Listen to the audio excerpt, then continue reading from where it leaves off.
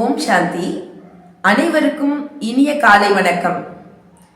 2/3/2026 காலை முரளி பாப்தாதா மதுபன். பாபா சொல்றாங்க, இனிய குழந்தைகளே, நினைவில் இருந்து பிறருக்கு நினைவின் பயிற்சி செய்ய வையுங்கள். யோகம் செய்ய வைப்பவரின் புத்தி யோகம் இங்கும் அங்கும் அலைப்பாயக்கூடாது. இனிய குழந்தைகளே, நினைவில் இருந்து பிறருக்கு நினைவின் பயிற்சி செய்ய வையுங்கள். யோகம் செய்ய வைப்பவரின் புத்தி யோகம் இங்கும் அங்கும் அலையக்கூடாது. கேள்வி: எந்த குழந்தைகளுக்கு மிக பெரிய பொறுப்பு இருக்கிறது? அவர்கள் எதன் மீது நிச்சயம் கவனம் கொடுக்க வேண்டும்?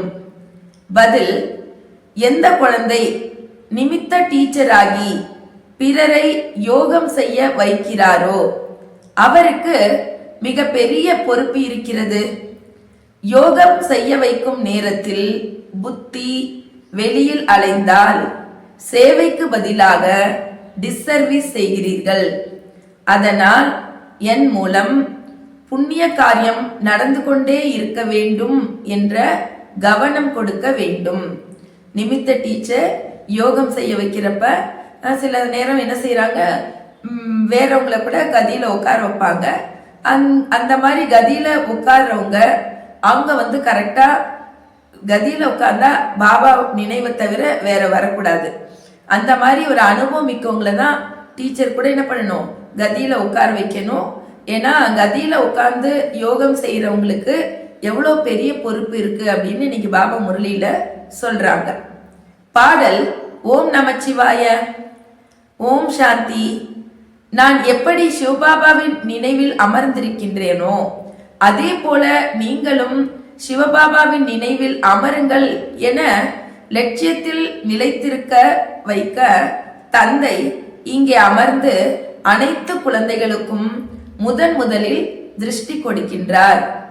முதல்ல பாத்தீங்கன்னா பிரம்மா பாபா ஏன்னா அவர் தான் செய்ய வச்சார்.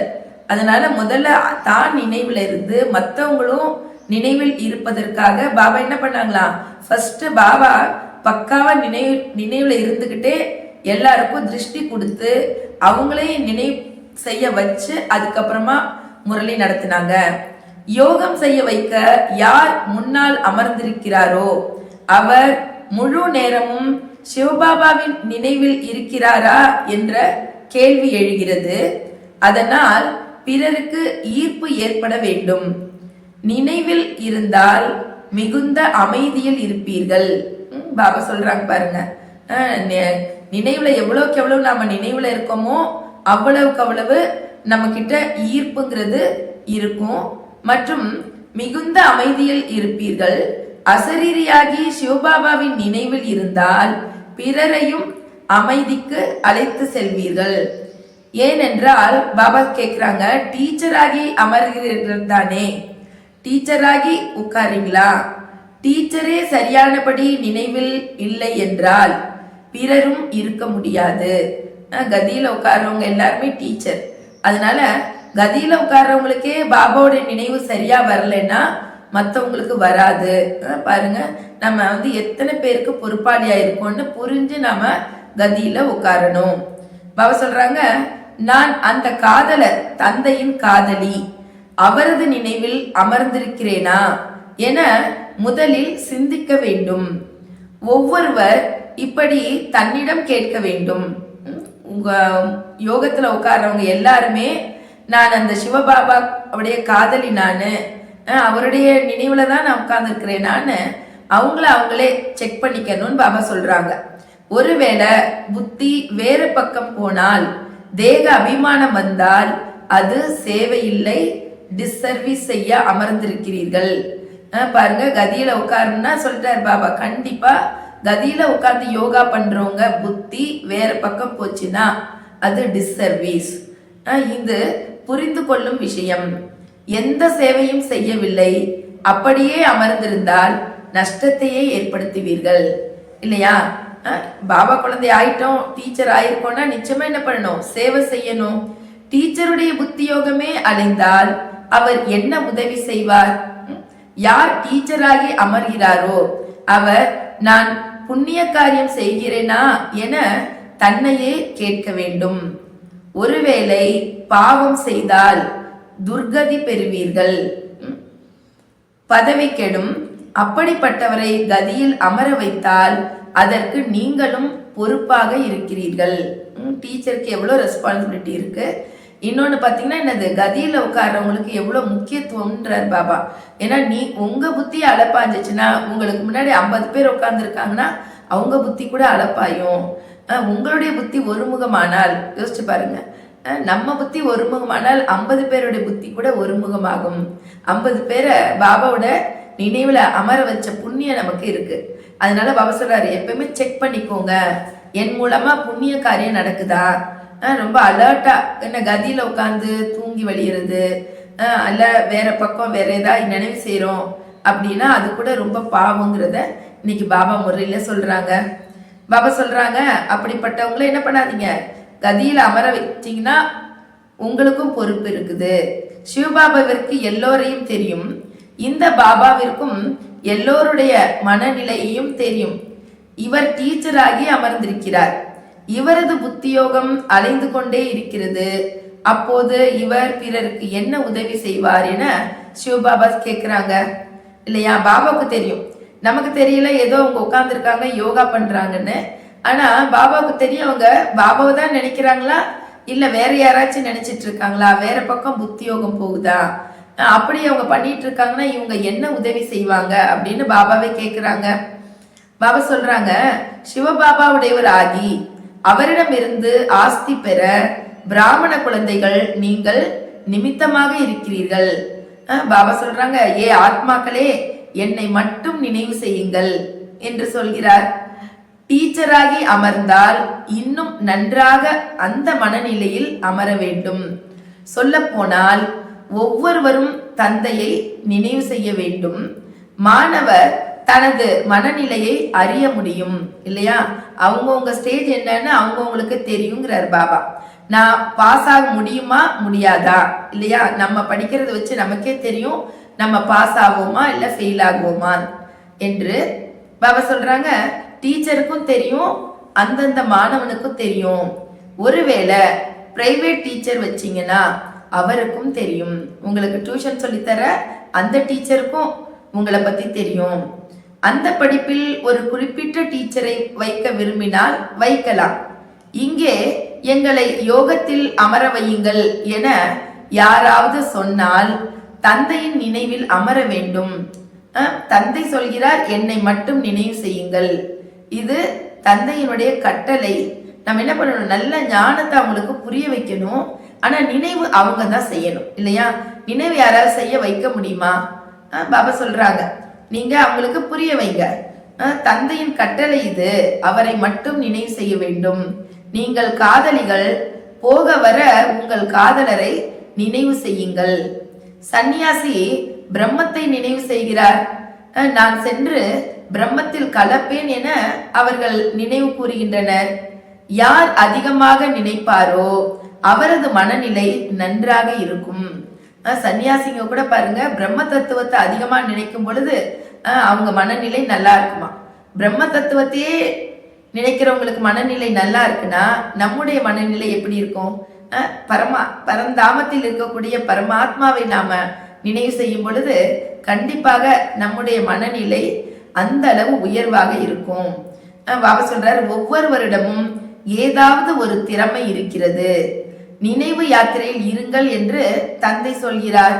தானும் நினைவில் இருக்க வேண்டும், மற்றவர்களையும் நினைவில் இருக்க உதவ வேண்டும். பாபாவிடம் சிலர் உண்மையாகவும் இருக்கிறார்கள், சிலர் பொய்யாகவும் இருக்கிறார்கள். நான் நிரந்தர நினைவில் இருப்பது மிகவும் கடினம். சிலர் தந்தையிடம் முற்றிலும் உண்மையாக இருக்கிறாங்க, என்னால முழுசா பாபா நினைவில் இருக்க முடியல அப்படின்னு உண்மையா இருக்காங்க. கொஞ்சம் நேரம் நினைவில் இருக்கிறேன், பிறகு மறக்கிறேன் என இந்த பாபா கூட தன் அனுபவத்தை குழந்தைகளாகிய உங்களுக்கு சொல்கிறார் இல்லையா. பிரம்மா பாபா கூட என்னது அவ்வளவு முயற்சி பண்றாரு சதா பாபா நினைவுல இருக்கணும்னு, ஆனா அவராலேயே முடியல அப்படின்னு அவர் சொல்றார். ஏனென்றால் இவருக்கு அதிக சுமை இருக்கிறது இல்லையா. பிரம்மா பாபாவிட பொறுப்பு இந்த உலகத்துல யாருக்கு இருக்கு? ஏன்னா முழு உலக பரிவர்த்தனுடைய பொறுப்பு அவர்கிட்ட இருக்குது. அவரை விட அதிக ரெஸ்பான்சிபிலிட்டி இருக்கிற பர்சன் இந்த உலகத்துல யாருமே கிடையாது. இருந்தா கூட அவர் என்ன பண்றது இல்லை, எனக்கு பொறுப்பு இருக்கு அதனால நான் என்னுடைய சேவையே நினைவு பண்ணுவேன்னு இல்லை. அவரும் அப்ப தொடர்ந்து முயற்சி பண்ணாரு. குழந்தைங்களை நினைவுல சதா நினைவுல இருப்பதற்கு அவர் வழிகாட்டியாகவும் இருந்தாரு. பாபா சொல்றாங்க, எனக்கு இவருக்கு அதிக சுமை இருக்கிறது, எவ்வளவு அதிகமான குழந்தைகள் இருக்கிறார்கள். இந்த முரளியை சிவபாபா நடத்துகிறாரா அல்லது பிரம்மா நடத்துகிறாரா என்பது கூட குழந்தைகள் உங்களுக்கு தெரிவதில்லை. நினைவு செய்கிறேன், அதாவது ஏனென்றால் இருவரும் ஒன்றாக இருக்கிறார்கள். நானும் சிவபாபாவை நினைவு செய்கிறேன் என இந்த பாபா சொல்றாங்க இல்லையா. பிரம்மா பாபாவும் சிவபாபாவை நினைவு பண்றாங்க. இந்த பாபாவும் குழந்தைகளை நினைவில் அமர வைக்கிறார். இவர் அமர்ந்தால் ஆழ்ந்த அமைதி ஏற்படுவதை பார்க்கிறீர்கள். அநேகரை ஈர்க்கின்றார். ஏனென்றால் தந்தை அல்லவா. பிரம்மா பாபா நினைவுல உட்கார்ந்தா அப்படி ஒரு அமைதி அப்பா அனுபவம் செஞ்சாங்களாம். ஏன்னா பிரம்மா பாபா மட்டும் இல்ல, நம்ம கூட அந்த மாதிரி நம்ம புத்தியை ரொம்ப தெளிவாக்கி பாபாவோட நினைவுல அப்படியே ஒன்றும் பொழுது நம் மூலமாக கூட எல்லாருக்கும் அமைதியினுடைய அனுபவம் ஏற்படும். ஆழ்ந்த அமைதியினுடைய அனுபவத்தை ஏற்படுத்த முடியும். பாபா சொல்றாங்க, இவரு தந்தை அல்லவா, குழந்தைகளே நினைவு யாத்திரையில் இருங்கள் என்று பாபா சொல்றாங்க. தானும் இருக்க வேண்டும், வெறும் பண்டிதராக கூடாது. கிளாஸ் எடுக்கிறவங்க சதா பாபா நினைவுல இருங்கன்னு சொல்லிட்டு நம்ம நினைவு செய்யாம இருந்தா அப்புறம் நம்மள என்ன சொல்றது. அதான் பாபா சொல்றாங்க, பண்டிதராக கூடாது. நினைவில் இல்லை என்றால் கடைசியில் ஃபெயில் ஆகி விடுவீர்கள். பாபா மம்மா இரண்டு பேருக்கும் உயர்ந்த பதவி இருக்கிறது. பிறருக்கு இப்பொழுது மாலை இன்னும் உருவாகவில்லை. ஒரு மனிதர் கூட இன்னும் முழுமையாக தயாராகவில்லை. குழந்தைகளுக்கு லிஃப்ட் கொடுப்பதற்காக முன்னர் மாலை உருவாக்கப்பட்டது. ஆனால் மாயா பலரை அழித்து விட்டதை பார்க்க முடிந்தது. பாபா சொல்றாங்க, அனைத்திற்கும் ஆதாரம் சேவை. இன்னைக்கு முரளியில பாபா என்ன சொல்றாங்க, எல்லாத்துக்கும் ஆதாரம் சேவை. எனவே யார் முன்னால் யோகம் செய்ய வைக்க அமர்கிறாரோ அவர் தான் உண்மையான டீச்சராகி அமர வேண்டும். எனவே தன்னுடைய பொறுப்பை அவர் உணர வேண்டும். இல்லை என்றால் எனது புத்தி இங்கும் அங்கும் அலைகிறது, எனக்கு இங்கே அமர்வதற்கு தகுதி இல்லை என்று சொல்ல வேண்டும்.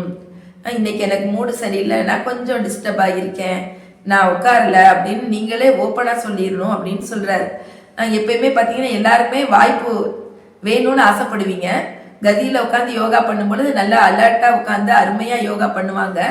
ஒருவேளை நீங்க டிஸ்டர்ப் ஆகியிருக்கீங்க, இல்லை உங்களுக்கு அன்னைக்கு டயர்டா இருக்கு அப்படின்னா நீங்களே உங்களை டீச்சர் கதியில உட்காருன்னு சொல்லும் பொழுது நீங்களே நான் இன்னைக்கு உட்காரலன்னு சொல்லணும் அப்படின்னு பாபா சொல்றார். தானே சொல்லணும்.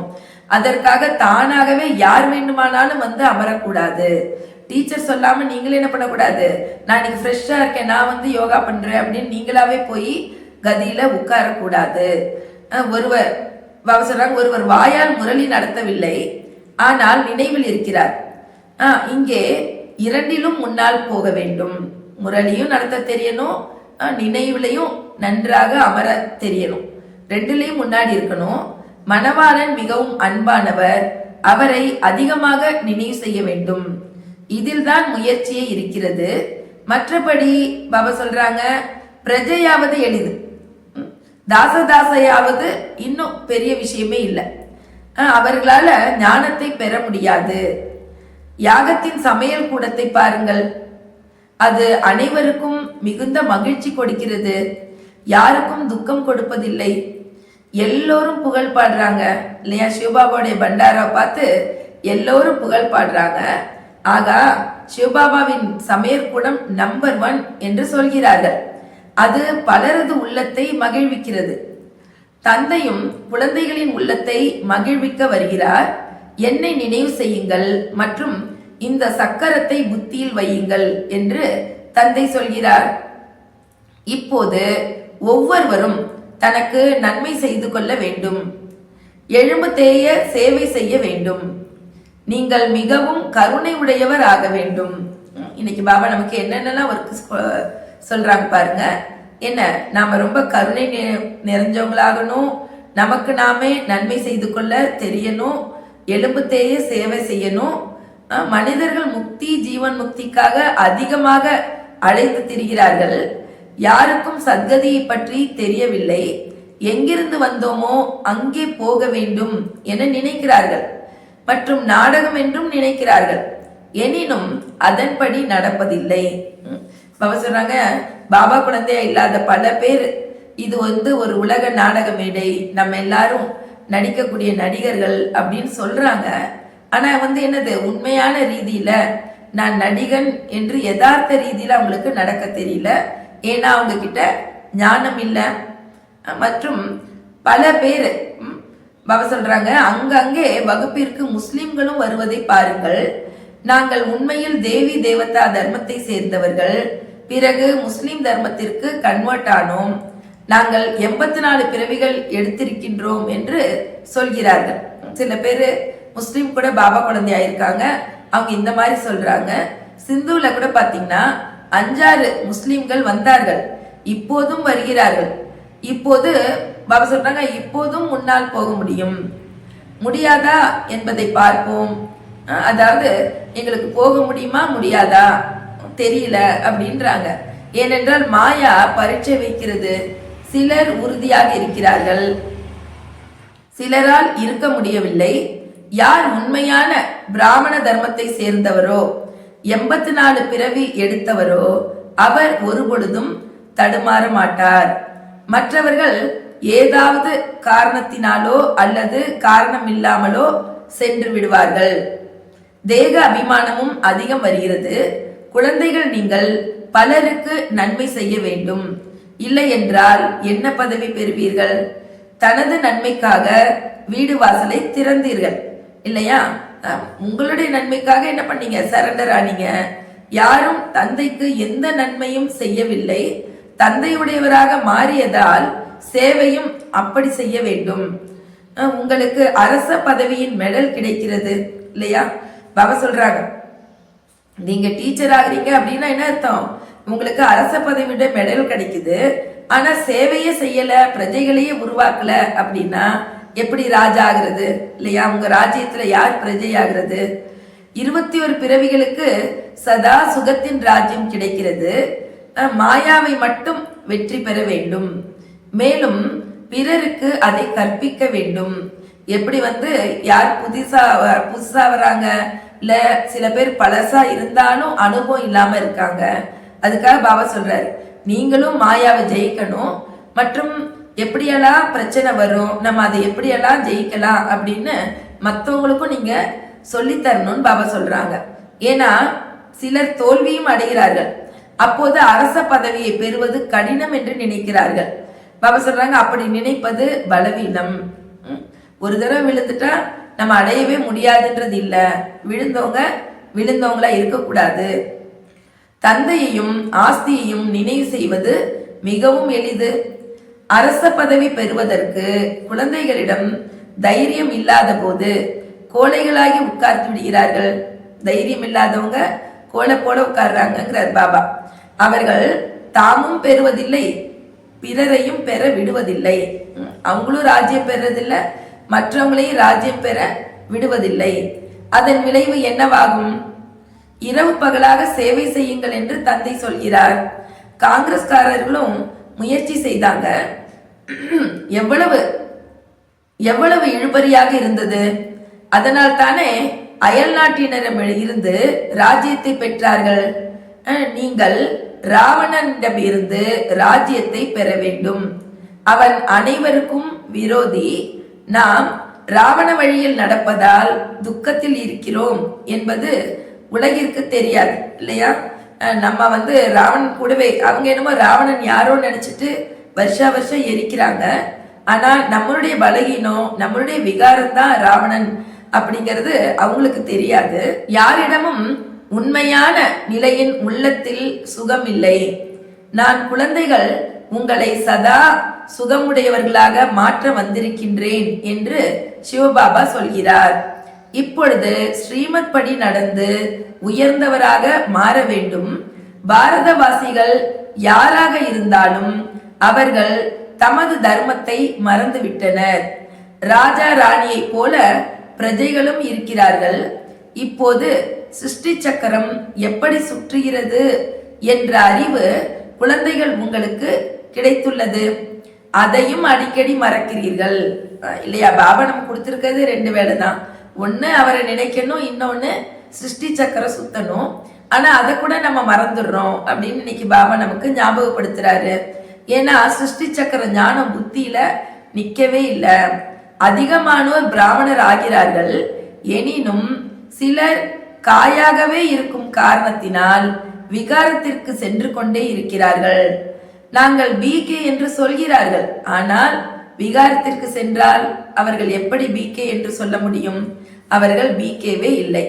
மற்றபடி யார் முழுமையாக தந்தையின் டைரக்ஷன் படி நடப்பார்களோ, தனக்கு சமமாக தன்னை மாற்றிக்கொண்டு இருப்பார்களோ அவர்கள் உயர்ந்த பதவி பெறுவார்கள். பாபா சொல்றாங்க, தடைகள் வரும். அமிர்தம் குடித்து வந்தவர்கள் பிறகு தடை ஏற்படுத்துவார்கள் இல்லையா?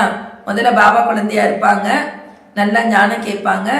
திடீர்னு மாயா வந்துருச்சுன்னா போயிடுவாங்க. ஆனா போனவங்க என்ன பண்றது? சும்மா இருக்கிறது இல்ல, துரோகி ஆகுறாங்க. அதான் பாபா சொல்றாங்க, என்னது இந்த மாதிரி தடைகள் கூட வரும். அவர்களுக்கு என்ன பதவி கிடைக்கும்? இந்த மாதிரி துரோகியா மாறினா என்ன பதவி கிடைக்கும்? சில பெண் குழந்தைகள் விகாரத்தின் காரணத்தினால் அடி வாங்குகிறார்கள். பாபா இந்த துக்கத்தை கொஞ்சம் சகித்துக் கொள்கிறேன் என்று சொல்கிறார்கள். எனது காதலர் பாபாவே, அடி வாங்கியும் நான் சிவபாபாவை தான் நினைவு செய்கின்றேன் என அவர்கள் அதிக மகிழ்ச்சியில் சொல்லிக் கொண்டு இருக்கிறார்கள்.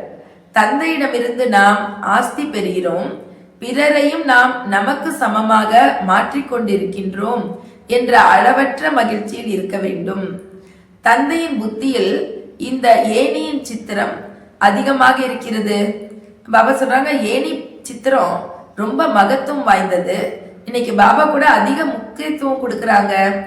எந்த குழந்தைகள் ஞான சிந்தனை செய்து இப்படிப்பட்ட சித்திரங்களை உருவாக்குகிறார்களோ அவர்களுக்கு பாபா கூட நன்றி சொல்கிறார்.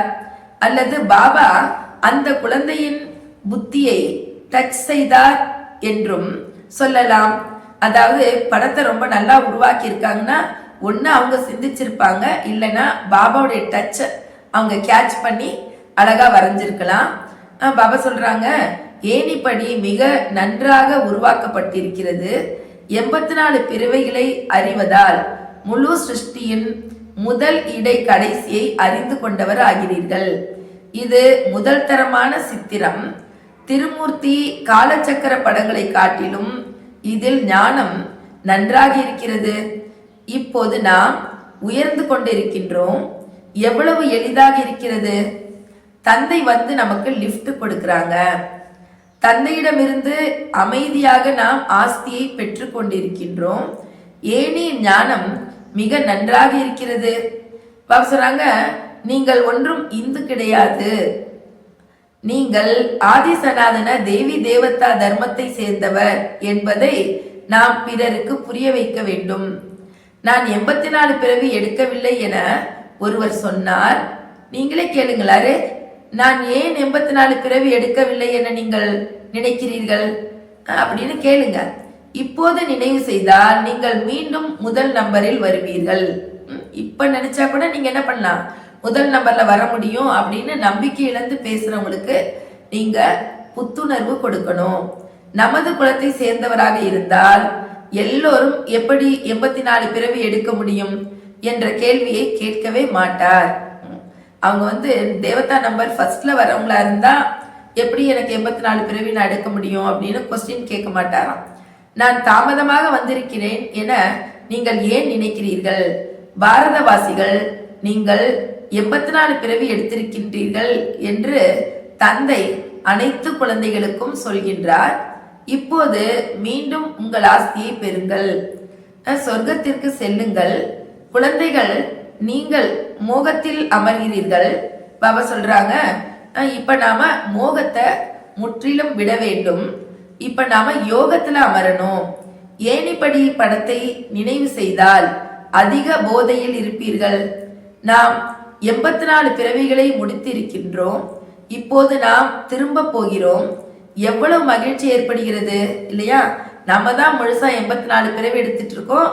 இப்ப நம்ம 84வது பிறவியை முடிக்க போறோம். முடிச்சு திரும்ப எங்க சத்தியுகத்துக்கு சொர்க்கத்துக்கு போக போறோம் அப்படின்னு நினைச்சாலே என்ன ஆகும் பாபா சொல்றாங்க, அவ்வளோ மகிழ்ச்சி ஏற்படுது இல்லையா? சேவை செய்வதற்கும் உற்சாகம் இருக்க வேண்டும். புரிய வைக்கும் வழிகள் கூட உங்களுக்கு அதிகம் கிடைச்சிருக்குது. ஏணிப்படி படத்தை வச்சு புரிய வைங்க. எல்லா சித்திரங்களும் தேவைதான். பாபா சொல்றாங்க திருமூர்த்தி படமும் தேவை.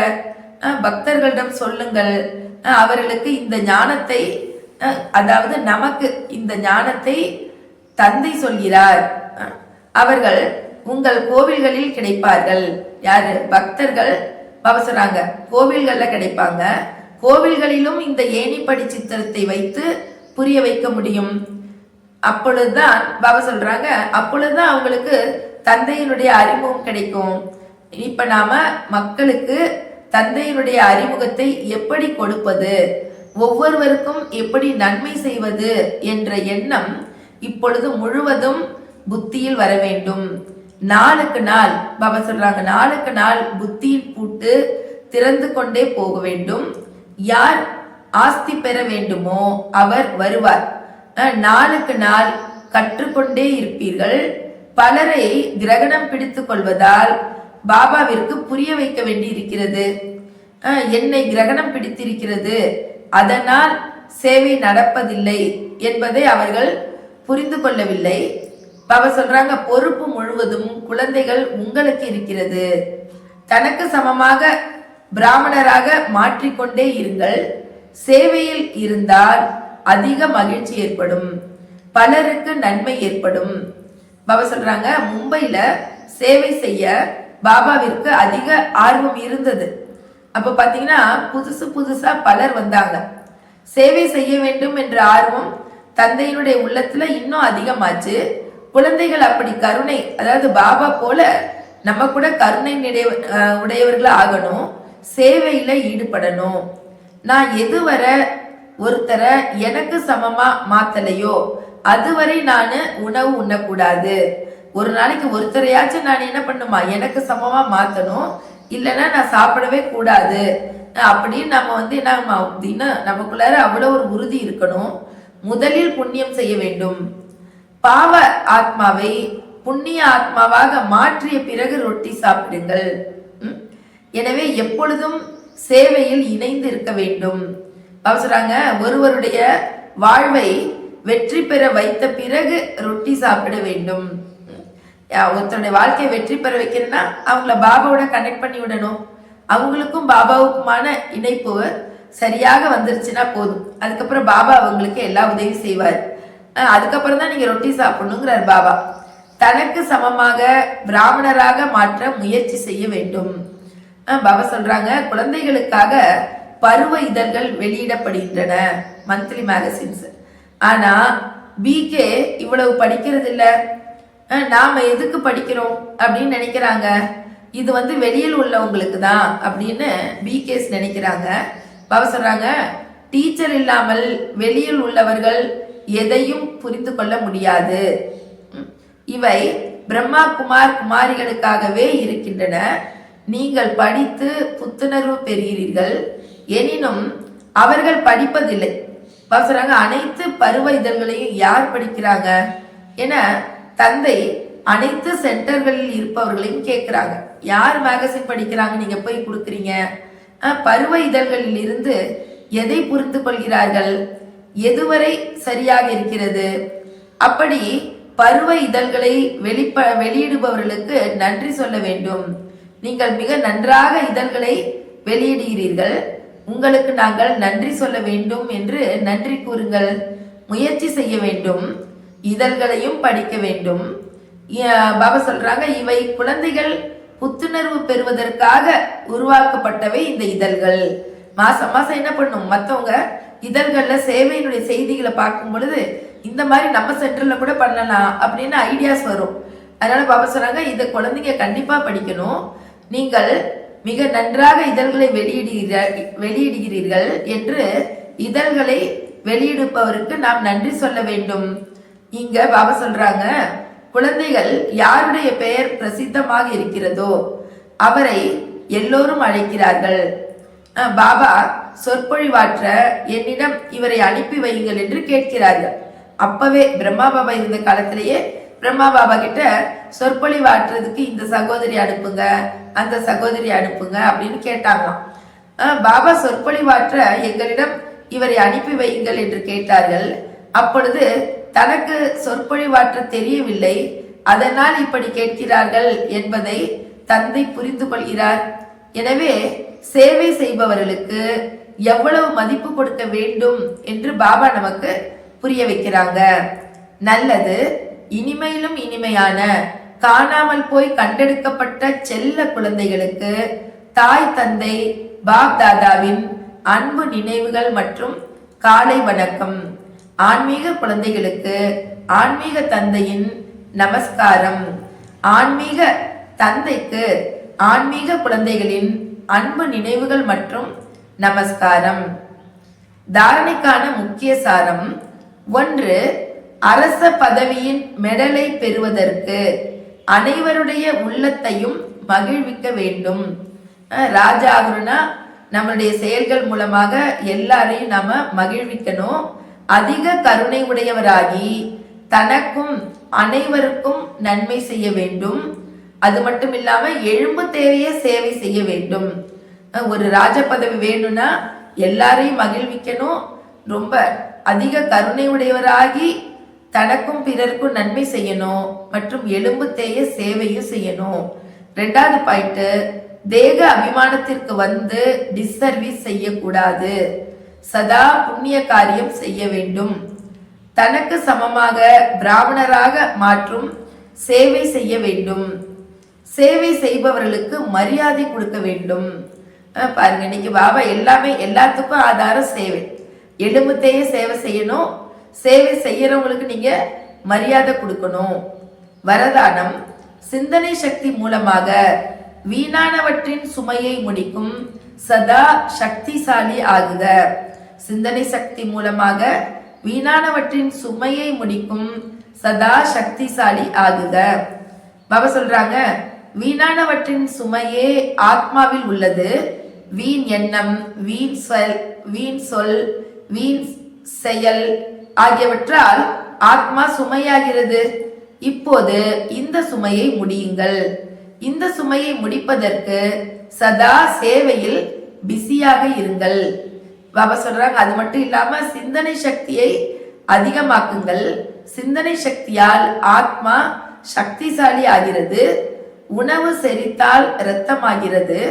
அதனால் பாபா சொல்றாங்க, சிந்தனை சக்தியால் ஆத்மா இப்பொழுது சக்திசாலி ஆக வேண்டும். பிறகு உணவு செரித்தால் இரத்தமாகும், அது சக்தியின் வேலை செய்யும். அப்படி சிந்தனை செய்வதால் ஆத்மாவின் சக்தி அதிகமாகிறது. ஸ்லோகன்: யார் தனது சுபாவத்தை சரளமாக்குவாரோ அவரது நேரம் வீணாகாது. யார் தனது சுபாவத்தை சரளமாக்குவாரோ அவரது நேரம் வீணாகாது. நல்லது. ஓம் சாந்தி.